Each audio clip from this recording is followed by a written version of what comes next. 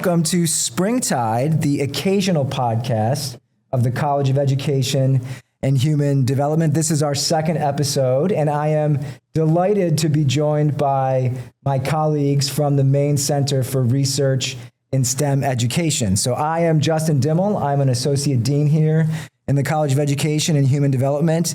And for this year, I am also the interim director of the RISE Center. And so I am joined by Beth Byers Small, Franziska Peterson, and Shane Barker. Would each of you like to say very quickly just a little bit about yourselves for our listeners? Sure, I'll start, Justin. I came to the RISE Center from a rural Maine high school where I taught science. And I came by way of working with the Maine Physical Sciences Partnership Grant with the RISE Center, and I have stayed and now work in professional learning with teachers across Maine, particularly a program that supports early career teacher, the RISE Center Teaching Fellowship. Excellent. Welcome. Hi, I'm Franziska Peterson. I'm an assistant professor of mathematics education, and I'm jointly appointed in the RISE Center and the math department at UMaine. And I've been with the RISE Center now for 10 years. Woohoo! And I'm Shane Barker. I was a middle school science and math teacher for 13 years, a building administrator for 3, and I've been now with RISE as the program coordinator for just about a year and 3 months, I guess. And so I oversee the professional learning for teachers on the various grants that we work with.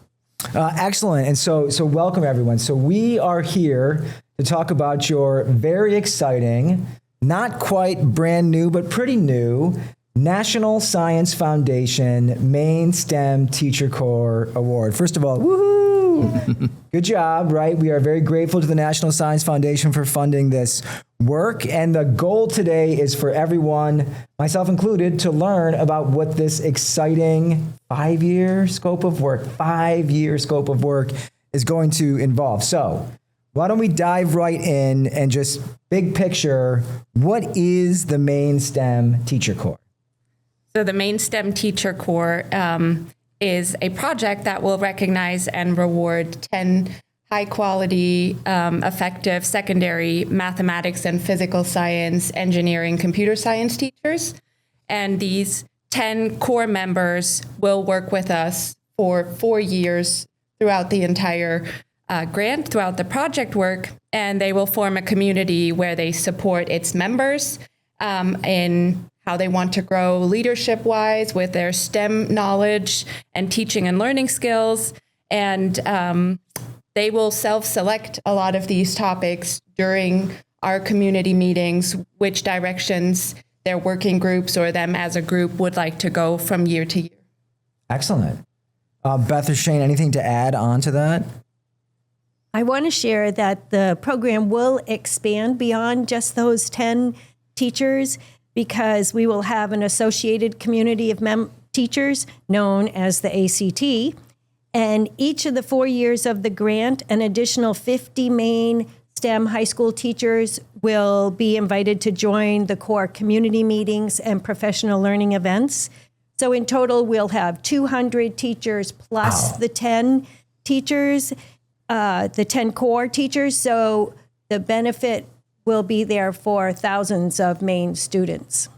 I'm going to ask a question that I don't mean for this to sound like a stats question, but out of curiosity, so that 200 group of people, the teachers that are going to participate, do we know, how does that 200 compare to the number of teachers in Maine that could be reached by something like this? Do we know how many teachers there are in Maine, in that general domain? And I ask because in my own work, I often try to, Shane, I was just emailing you about this, right? I try to figure out how many math teachers, how many science teachers. So do we have a rough idea of what the total population might be? And it's okay if we don't, I'm just curious. I know there's roughly 15,000 teachers in Maine. Okay. Now, how many of those are secondary teachers in one of the disciplines that are eligible for this grant?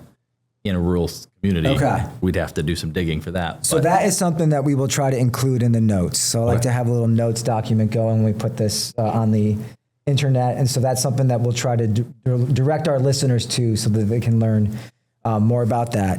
So something else I thought would be interesting to talk about is just how a grant like this comes together at all. And so I think what some folks listening probably realize this. We have this thing called the National Science Foundation. I think you've been, right? You've been to the headquarters?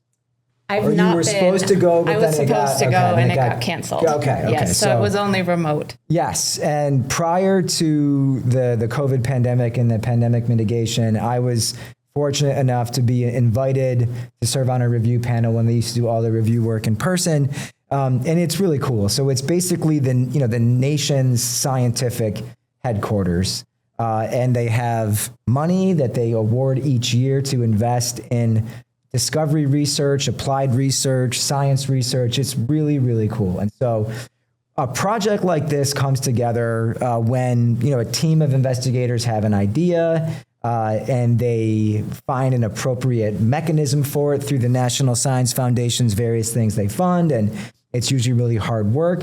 So what is the story of this grant? Like, where did this grant and this idea and this project come from? How did it get off the ground? So I'll start with that, Justin. Originally, or not originally, but a few years ago, the RISE Center had a NOICE-funded teaching fellowship program, and that continues now, and it's now known as the RISE Center Teaching Fellowship, and that was a successful grant experience. And that community was to support early career teachers. And in that community of practice, we used experienced teachers as collaborative partners. And throughout studying that program, it was documented that the experienced teachers found that the community was valuable for them to grow as a teacher, and it really influenced their decision to continue teaching in Maine. So therefore, the RISE Center felt, well, wow, we should be really supporting these experienced teachers as well as supporting early career teachers. So in that fellowship, we realized we could have done more to leverage different pieces here at the university. So we said, if an opportunity arises, we'll make sure we collaborate with others.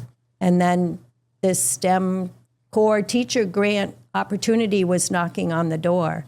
And we took advantage of applying for that, but including the College of Education and Human Development and the Maine College of Engineering and Computing as university partners, as well as local school administrators and representatives from the Maine Department of Education. So we could make sure we met as many needs of those communities by helping our experienced teachers. So this is probably the STEM EDU directorate. I know this is going to sound like inside baseball, but like for anyone out there listening that is like early in their career or is just starting to learn about how the National Science Foundation works, like for me, it honestly it took me probably like 10 years to even understand all the different ways that work happens at NSF from the time I was a grad student until I was probably like 3 or 4 years into my term as an assistant professor. So what is the kind of like RFP that you responded to, kind of all that aspect of it? So this was a new RFP pilot program that just came out right at the right time where all of these ideas were circling, and the NSF announced that they were going to fund 8 to 10 total nationally, and they wanted to spread it regionally so that they make sure all of their grants were spread out over the United States. Yep. And we were one of the 8 that in the end got funded. And we were very fortunate that it worked out. And there was a lot of, like Beth said, a lot of networking and help from College of Ed, MCEC, and other people helping to make this grant proposal and shape it. And is this something are they doing this call again? Or was this, they did it when did they do this? When did you put this in? 2024. Okay, 2024, October 2024. Yeah. Okay. So did they have a follow-up in October of 2025? They have not yet. Okay. I know that there was something originally in the plan that there is opportunity for follow-up, but as it stands right now, I don't know if NSF has committed to anything or if they're just keeping it on pause right now. Okay. And so you mentioned that there were 8 to 10 funded nationally. Have you connected with other folks that have been funded through the same project? So the award was delayed because of a lot of turmoil happening. And when it was finally awarded in October 2025, one of the other grants members started tracking down everyone else's email and started connecting people. Okay. And so we have a Slack channel where Oh, wonderful. all PIs and some co-PIs are going to hopefully share and collaborate. And so that's where right now I've just seen like little bits and pieces, but I can see that Slack channel actually becoming more. And the other thing that NSF put into this grant is a national conference so that cool. the core teachers from each of these 8 awarded get together at a conference and can share nationally their experience and grow together. So there will be kind of a teaching core in each of the different regions. Yes, and they're not all high school. So some Okay. of the other ones are elementary, but they all will work with a core set of teachers, and those core teachers will convene at a national conference. And then are we the only site in like the Northeast Yes. region? We are the only site in the. And then what are the regions next to us? Do we know? I don't know off the top That's of my fine. head. but That's okay. We can put it in the notes. Yes. Yep, we can add that to the Yeah, notes. file. there's a map you can see on Oh, the that's NSF awesome. site, and they highlighted where they awarded these 8. Okay. Yeah, I think that's fantastic. I think it's important for people to understand just how much work goes into one of these. Because I imagine it was your standard 15-page proposal with, probably 100 pages of supplemental documents, right? To kind of show that you're serious, Yes. and I know, so I guess I'm technically on some project team for this because I did attend one meeting. But I think what struck me is there was like 30 people on the Zoom call, right? And it was people from across the University of Maine system. It was people in DOE. It was teachers in different parts of the states. So it really has the feeling of this collaboration and the statewide network that involves lots of different stakeholders. And I think it's really exciting for people to see the kind of work and the kind of care people are bringing to like investing in STEM education. Yes, our leadership team is going to have 18 people Yeah. from all across to help guide and shape and support our teachers. Oh, that's wonderful. So why do we think this Maine STEM Teacher Corps is important to Maine? Well, when talking about investing in the teachers, we're going to have 10 core teachers for the full duration, but then each year bringing on 50 additional teachers to the ACT. So we have 210 teachers. It's going to reach thousands of students, and year after year. So it's quite a large reach in terms of its reach to students, and for rural teachers in particular. Oftentimes, the rural teacher is sort of an isolated island in their school, and so they might teach all the sciences, or they may have one other person. And so having the cohort model where they have a built-in network of people that kind of collaborate with, that's, we've heard over and over, and I know I've experienced it firsthand in that model. Like, it makes you a better teacher, it makes you more motivated, try new things. And on top of that, they have a lot of resources at the university that they wouldn't have otherwise. Yeah. So between faculty and just resources in general, they'll be getting quite a lot in parts of the state that may not have the resources outright. And it's true in math as well. I mean, math is really kind of a focus in a lot of school districts. We know that nationally they say the scores in math are down in Maine.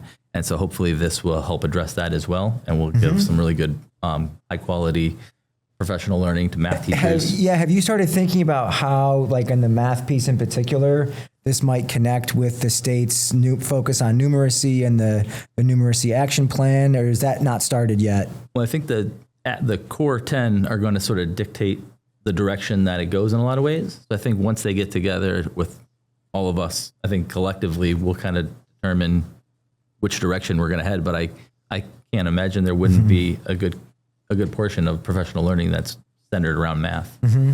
I would also think that with the new push for the numeracy, that can be easily interwoven. I think one of our strengths that we've often focused on is on the progression of concepts, so that teachers are equipped with where did it come from what piece is mine in this progression, and where do I want students to go next? And so I think that is one thing that we will definitely continue to enforce, that there is a progression of these concepts. And a lot of teachers who I've worked with have said that they were secondary and they might be a coach or helping with the remedial math in their high school. And they said normally students were like 1 to 2 years behind, and I knew how to help and get them caught up. But the teacher said now they're like 3 to 4 years sometimes, and I don't know about elementary mathematics. I don't know, like I was trained in secondary. So there have been a lot of discussions on how do we help the teachers be equipped to help their students. And so for this 10 teachers that are going to be the kind of initial cohort, and then I understand it'll grow from there, right? As they recruit people and the people they recruit people.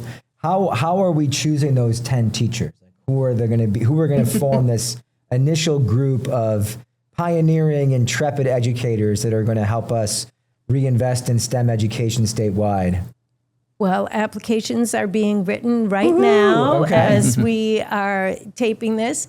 The date for applications being due is actually right around the corner, March 22nd, Okay, March 22nd. So that is 2 days. 2 days. 2 days from now. And Yes. is that 23:59:59 on March 22nd or end of day on March 22nd? Yes, there was a time spot on that, but Okay. of course, I am not going to be checking my email at midnight on Sunday night. Okay. So, but through the application process, the applicants were asked to respond to not only what they hope to gain out of the community, but what they can bring to the community and how they would like to grow as a teacher and as a leader. Okay. They had to have letters of recommendation, one from a school administrator, and the other two were from a choice of theirs. And the emails with completed applications have been coming in fast and furious the that's last great. couple of days, so that's really nice. And there will be a committee that includes Rise Center staff and faculty, and College of Education staff faculty will be on our application review committee, as well as a school administrator. How many applications are you expecting? I'm hoping for over 20, and we're heading in that direction right now. So That's great. That's fantastic. And then, so we've got 10 of these, but we've got 4 STEM areas. So we've got 2.5 per each. Like, how are we mapping the teacher, experience to the areas in STEM that we might be looking for to fill out the core? So I think our hope is that we can spread out across the disciplines in our 10 core teachers. Yeah. It could be that there is a teacher who checks multiple boxes because they're integrating computer science into their physical science, or they're integrating engineering and mathematics. So it could be that some of these teachers actually check multiple boxes. Considering they're coming from rural schools, it's almost, it'd be highly unlikely that there aren't going to be teachers that check multiple boxes. exactly. The same with physical science itself, including earth science, physics, and chemistry. In some rural schools, that is the same teacher. Yeah, and so as you're thinking about the STEM teaching landscape, and as I'm not sure what teachers are saying in their application materials, something I'm curious about, how is AI going to disrupt all of your best laid plans? In a good way, of course. In a right? good way. Yeah.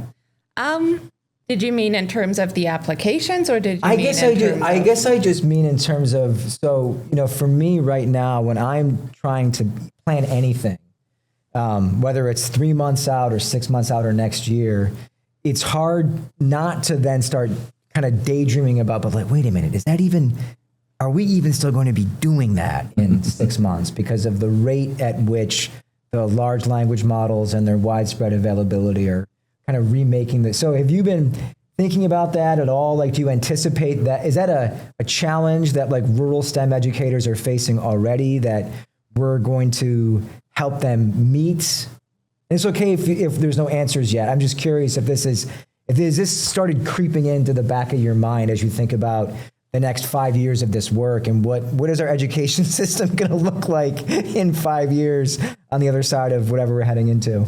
I think it's the AI that's in the mind of the core teachers, because they will be dictating what aspects of their classroom and their teaching that they want to know more about, or they want to collect some data on, doing some action research with their own students.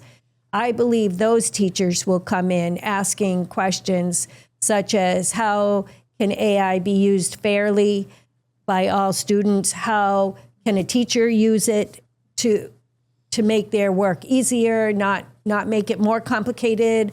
I think those could be what we call working group topics that a subset of our core and ACT community really dive into over the course of a year. And the great thing is, whatever they uncover and learn about, they'll be sharing.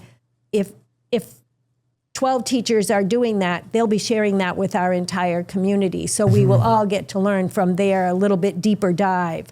But I think they will also be influenced by what their local schools and districts are, allowing, and how they are interpreting the use of these kind of tools for teachers and students. I was just going to say, I know in another grant that I work on, we're looking at AI in terms of computer science, and from the Department of Education's perspective, different districts are either embracing AI or completely avoiding AI.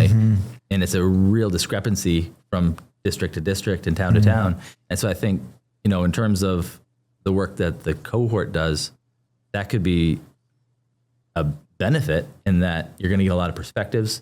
And if you're a teacher working in a district that's really hands-off AI, but yet in this cohort, they're uncovering some really useful things with ethics or just ways to handle it with students, that could be really enlightening for the schools that are a little hesitant to jump in. And since there isn't a statewide, I don't think any state has a statewide, protocol for how to handle AI yet, because it's so quickly developing, that might be helpful for those smaller rural schools that don't have those resources. So it really sounds like the kind of like the wisdom of practice is going to be something that will filter up for as complex issue like, how are we making use of these tools? What new opportunities are they creating, and what challenges are they presenting? In a working group where I'm a member, we had the discussion about how do we help students also understand what AI actually does, and it's all underlying, right, an algorithm, and how does it work? So helping maybe that way that students have a better idea what AI actually does and what it's based on. And a couple of years ago, we had an expert come as a guest speaker to our Fall Rise Summit, and there was a lot of interest from teachers in learning how to leverage AI in an ethical and equal and fair manner across their classrooms. Yeah, it's fascinating times. So I think, Beth, you were talking about just the way that different parts of campus are collaborating on this project. So we have the College of Education and Human Development. We have the Maine College of Engineering and Computing. We have RISE, which is the Maine Center for Research in STEM Education. So what is that kind of collective collaboration going to look like? How is everyone helping to get this work done? Well, one example of the collaboration would be some professional learning that's going to be open to all Maine teachers this summer. There will be content immersion in engineering, one in physics, one in chemistry, and one in mathematics. So we have faculty from each of those areas of the University of Maine participating in this grant. So Francie and I plan to, this sounds like a good place to kick off this summer as we get our core rolling. And we reached out to those faculty and asked them if they could participate, and they said, sure, they'd love to. So that will be a really great way for Maine teachers to interact with faculty here on campus and have that kind of resource in their back pocket as they move forward. It's also our recruitment plan for the first cohort of ACT to have it open to anyone who would like to come join us for summer, July 27th to the 29th, and get compensation for their time and their professional learning. And then if they are interested in continuing to work with RISE, they can apply to be an ACT member for the first full year of core with ACT. All right, so we'll put those details in the notes too. And then I think on the College of Ed side, so on our colleague Kat Biddle could not join us today, but Kat is the lead of the Rural Thrive Network, which is something else that I should know more about than I do. But my understanding is it is an extensive statewide network of rural educators, schools, communities all throughout Maine. And that the image that, kind of comes to mind for me is really kind of like this web of rural school knowledge and connection. And that's going to be a big part of how we reach as many people as possible in this work. So maybe I think as you all keep doing this, we can look forward to follow-up conversations, and maybe Kat would be able to join us then to talk about Rural Thrive. And Kat has been super helpful, and she's been collaborating with our recruitment committee and giving input on all of her knowledge about rural schools, Rural Thrive. She has mentioned that they have created a network to help with subs because of the giant shortage of substitute teachers in the state. And so she said that was one of the things that they were able to establish a network to find and ad hoc find substitutes when needed. So that would be a huge asset if we're going to do something during the time of the school day with teachers. So she's been really, really effective in helping us with her rural connections. Yeah. And so thinking about the project, right? And so 5-year scope of work, I imagine there's lots that you're figuring out, but it started in October. So what has happened already? And then what is happening this spring, this summer, this fall? So the leadership team of the group has already met, and that leadership team gave great feedback to the recruitment committee before the call went out for applications. And we got help on making sure that we were clear in our definition of a rural school, for example, and a high need school. And we, What is the definition of rural school? We use the National Education Statistics. And NCES? Yes, we use that in their locale codes, and you have to be either under one of the 3 town ratings or one of the 3 rural ratings, which is the same criteria, I believe, that Rural Thrive used. And once again, that was really helpful that I did not have that background knowledge. And John Doty was also working with us. He's a local school administrator with RSU 34. But we got that information from Kat due to her work with Rural Thrive. And it's now really easy to explain to a teacher why your school isn't considered rural. It's not just because on the map you are a big dot versus a small dot, for example. So the program leadership has already met, and that, once again, is a diverse group, so it was great to see so many people at that. And then we have our plan for this summer, July 27 and 28, for those content immersions that will be open to all high school STEM teachers, regardless of whether you are rural or non-rural. Then the core members will be selected. The application process is underway right now, and they will be selected here in the next month or so. And then they will start their first core community meeting will be in August. And the ACT membership we will start recruiting in April, which I do realize is just around the corner. So we will recruit April through August for that group, and to get those 50 teachers from across the state. And they will join the core community meetings at the October meeting. So they will start this fall also. And the RISE Center is a research center. So the other committee that has been meeting is the Research and Evaluation Committee. And we have submitted our skeleton IRB that has been approved. So that's done. We have drafted our first baseline interview for our core teachers because the core teachers are the ones who we will be interviewing every year and 3 years post-grant to follow their growth, their development. And is this research with a capital R? Like, was a research plan key to your proposal, or is this more kind of like internal research, just like to understand what we're doing and the effectiveness of it? Both. Okay. And year one was written in as a research and planning year where research questions are being developed, the plan is being developed. So we are starting everything. We're rolling that up now so that we see what do we want to collect when from whom and how much data and what is our capacity as a research team. And that's one of the things for our next leadership team meeting where we're going to ask who else is interested in joining the research and evaluation team.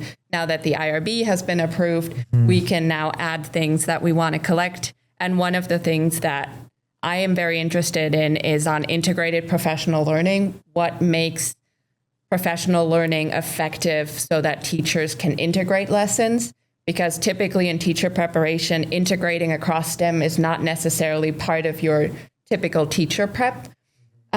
You will be prepped for science and then you have your methods, or math and you have your math methods, but not necessarily how do I incorporate and integrate engineering or computer science, or how do I merge science with mathematics? And so I think researching what types of professional supports and professional learning for teachers help them create these integrated lessons is one part of the research.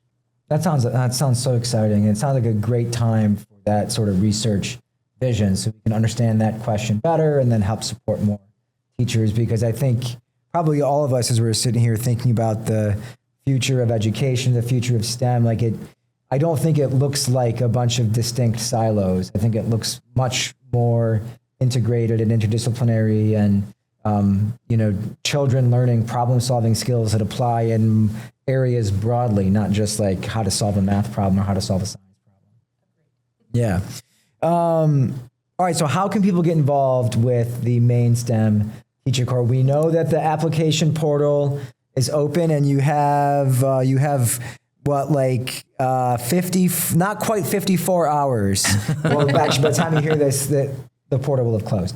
But as we're recording this at 3:30 on a Friday afternoon, there's about 54 hours until applications are due at the end of the day on Sunday. So apart from that, what else? So for people that are just learning about this for the first time, high school teacher that missed the deadline, but he's hearing this and it's like, oh my God, great, I'd love to get involved with something like this. What can we do? Who can get involved, and how do they get involved? They can go to the website. So if you just put in Rise Center, go to the UMaine website, and under K-12 professional learning, it's the second link under that tab. And so that gives all the details about the how to apply. And then they can also email risecenter@maine.edu, and that will go to sort of all of us. That's our general email. And so if they have questions or are just looking for more information, they can email that, and we will return, we'll get back to them and answer all their questions. And if they did miss the deadline to apply for the Teacher Corps group, they can apply for the ACT group, and then can be part of that group, which includes monthly virtual meetings and other leadership building workshops that the core teachers will help guide the direction. And will people automatically end up on a list for that second group just by applying to the first group, or will they have to send another email? No, they'll be on that list for the ACT, and that ACT is a 1-year commitment where the core and what does ACT stand for? That's again? Associated Community of Teachers. Okay. Thank you, Associated Something Community really of catchy Teachers. there. That's great. Yeah. It is not a proficiency exam. That's the important That's right. thing, right? Yes, Okay. it is not that. We're not. This isn't a tricky way to get people to sit for a standardized test. Okay. I will say that if being in the Associated Community of Teachers is a 1-year commitment, where being a member of the Maine STEM Teacher Corps is a 4-year commitment. Okay. We ask you to really sign on to participate for 4 years, and that would be really participating in about 80 hours of professional learning over the course of each year. that includes time during the school year as well as the summer. And we will provide we will provide at least 80 hours so we will help them meet 80 that hours obligation. each year, 80 hours Yes. each year. Okay. Of professional learning Yeah. for So Maine that Corps would be members. equivalent to what, like as far as like, graduate course? So I should know this, right? I don't know. I don't know these are things I don't know. But I feel like is it 30 or 40 contact hours for anybody know? I mean, I had 42 for my grad program.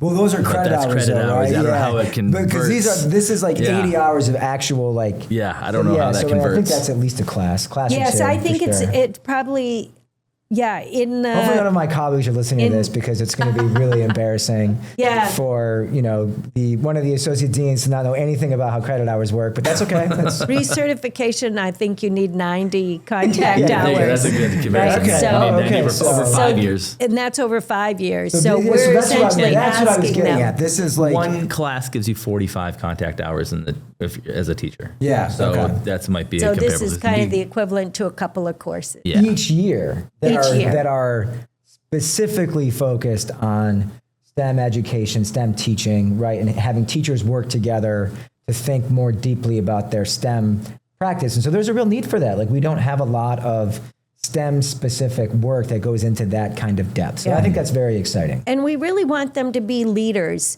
and not leaders as in administrative roles in their schools, but teacher leaders that lead in other ways. For example, they might feel confident to lead some professional learning for their department or for their school or another school in their district, or lead professional learning for the Maine Department of Ed when they're putting out a call for proposals, or the Maine Organization of Mathematics Teachers or the Maine Organization of Science Teachers. Those groups are often looking for teachers to lead professional learning, and we hope that we prepare these 10 core teachers to feel confident to That's be exciting. that kind of content leader out there in our Maine community, supporting So that other makes it Maine sound teachers. like the kind of vision for the legacy of this work. And I think this is not to tout, our toot our own horn too much, but I think this is part of how RISE does work like this. This is by design, this is going to have a very long tail. Like this is not just going to be a 1 year or a 5 year flash in the pan, but this seems like it's building capacity to kind of activate this teacher-centered STEM knowledge that then gets passed on and expressed and developed in different ways. And that is going to be 5, 10, 15, 20 years out as teachers keep working together, as the students that benefited from it maybe become teachers themselves. So that sounds fantastic. Yeah, and I think working with the Maine DOE in hopefully helping to sustain this beyond the life of the grant and figuring out how to make these leadership skills be passed on further than just the 5 years. What else would you like our listeners to learn about this project and what it means for the university, the state, and our rural communities? It could be, we've said all there is to say, but if there's anything else that we haven't gotten to, now's a great time. I think one of the things that RISE Center really emphasizes is research practice partnerships in all of our projects, that all stakeholders have an equal say. There's a level playing field. Teachers are not just participants, but they're active members for research, for teaching, for learning. And so when we write these grants, like this one, or we have an iTest still in one more year, an iTest NSF grant, it's written with teachers and with teacher perspectives so that we really create these communities of practice that fall under the big umbrella research practice partnerships, but really in the way that we want to support teachers and everyone's voice and perspective matters. And so in iTest, for example, we had teachers help us with writing the actual grant proposal, and a teacher is a co-PI. So I think that's one of the things that RISE does really well and always wants to emphasize, that we are a research practice partnership. There is research, but we also want to support all teachers. That's a really, I think, positive and productive vision. It's not as if we're doing research on teachers, but we are inviting teachers and we're responding to like what they know about themselves and their own practice, and we're working together to learn about education more broadly. Yes, and the 10 core teachers, that was part of the IRB and the recruitment is once, if you apply and you become one of these, you have consented to actively be engaged in our research and help us. So I am hoping that in spring of next year, we can do a lot of observations of our 10 core teachers at different points during their classrooms and really dive into with follow-up reflective interviews and use parts of that to inform our summer work or work during the year. But these are teachers who already are experienced, and so we want to highlight how are they effective, what makes them this stellar teacher, and how to research how they make decisions about their lesson planning, their units. I really hope that this grant continues to support experienced teacher in a way that makes them be passionate about teaching and staying in the classroom. That's great. That's a kind of a wonderful thing to think about. Shane, anything for you to add? Just thinking of myself when I was in the classroom, having a project, having professional learning that I was actively part of made me more motivated in the classroom and tried new things. And I think having a group of teachers, just the energy of that and giving them the agency to give them sort of some leadership within the framework of having the resources at the university, I really am excited to kind of see what direction it all goes. And I think that all the teachers, ACT and the Corps, are really going to benefit. I'm excited to see how it goes. Well, that's great. Well, I think I think it's a great note to say thank you and farewell. Hope you enjoyed this episode of Springtide, and we look forward to learning more about this work as it continues. Thank you. Thank you.